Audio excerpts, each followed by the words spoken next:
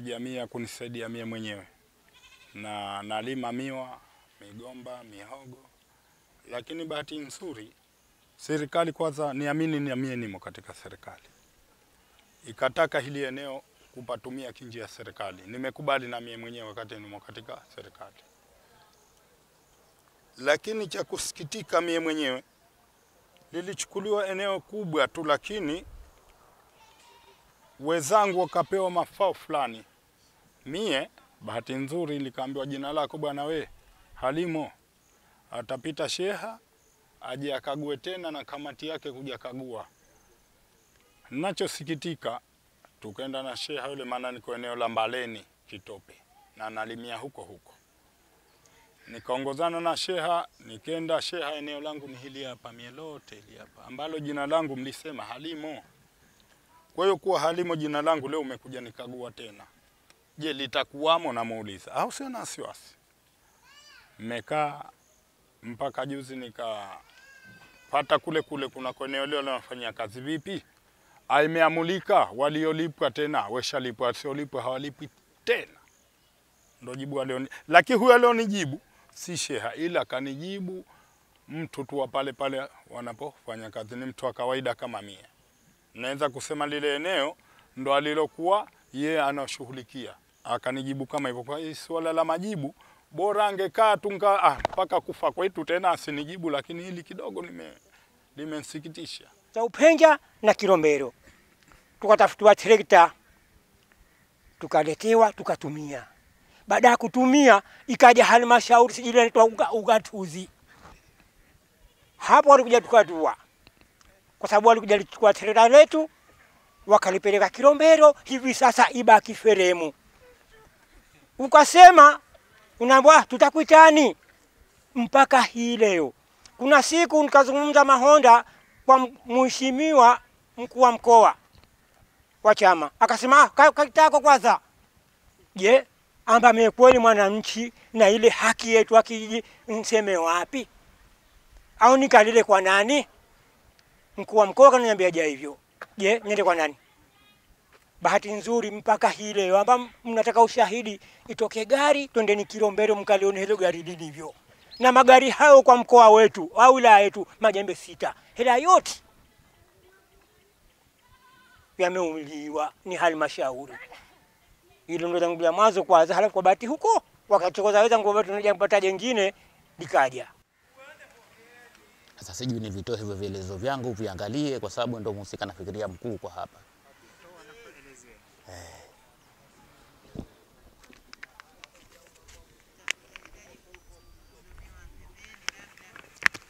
Pembeni si atakuwa atabakia peke yake kisha akanitupie kama walivyonitupia wengine.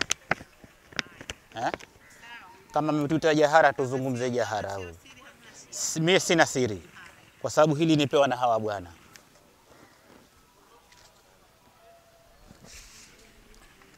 La kwanza hili na ndani ishara la siku moja.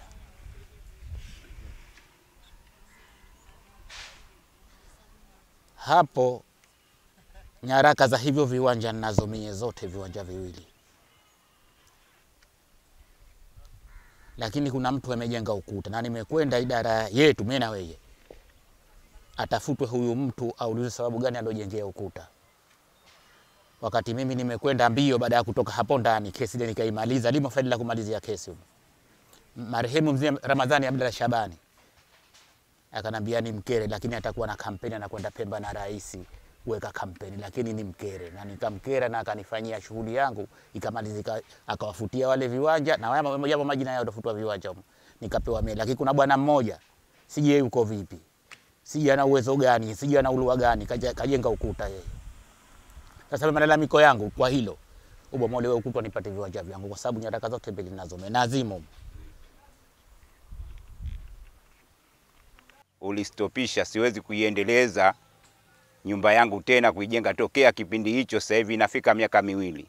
Kisheria yule alikuja nipimia njia sasa hivi makisio yake na ujenzi wake umefeli, hauko tena. Mimi niendelee na ujenzi wangu kama kawaida au nikae mpaka lini? Nataka ufafanuzi wa kisheria ili niweze wapi nipite.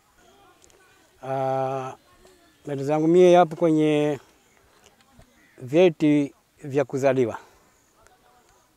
Wakati mwingine tunafanya taratibu vya kuzaliwa, tunavifanyia kazi, tunakuta kwamba tunaambiwa hivi cheti kimekuwa feki. Na katika kile cheti tumekipata katika ofisi yetu ya wilaya. Tunapofanya matengenezo tunaambiwa kwamba cheti hichi kweli kimekosewa, kwa hivyo unahitajika kutoa gharama kiasi fulani. Sasa kwa sisi uelewa wetu, makoseo ya uandishi wa cheti hayakutokana na mwananchi, yametokana na serikali. Leo inakuwaje bili lile la gharama atupotee na mwananchi? Hilo moja. La pili ni suala la vitambulisho vya ukazi. Vitambulisho vya ukazi kama tunavyoelewa ni kitu muhimu sana. Lakini leo tunashuhudia kwamba wananchi wengi hawana vitambulisho vya ukazi kwa sababu hawana vyeti vya kuzaliwa. Mimi ninavyoelewa kwamba cheti cha kuzaliwa ni muhimu sana, sawa sawa na kitambulisho cha ukazi. Kwa hiyo kama ni mwananchi, napenda kutoa ushauri juu ya serikali. Na leo serikali kamili hapa ipo. Vyeti vya kuzaliwa na vitambulisho vya ukazi kisiwe na nenda uje, apewe mwananchi bila kipingamizi yoyote, kwa sababu hii ni roho ya mwananchi. Kama serikali inataka kuwahudumia wananchi ipasavyo, vyeti vya kuzaliwa, vitambulisho lazima wananchi apewe. Leo kuna wananchi wasio na haki kupewa vitambulisho vya Zanzibar, wanapewa. Wazalendo wa nchi hii hawapewi. Kuna nenda uje, vurugu mechi, inakuwaje?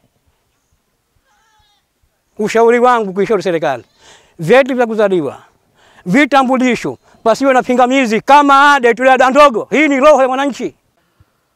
Tumeona kuna uwezekano mkubwa wa kuweza kutatua changamoto hii, kwa sababu ni changamoto ambayo inahitaji ufuatiliaji tu wa Kamisheni ya Ardhi, na maafisa kutoka Kamisheni ya Ardhi wapo.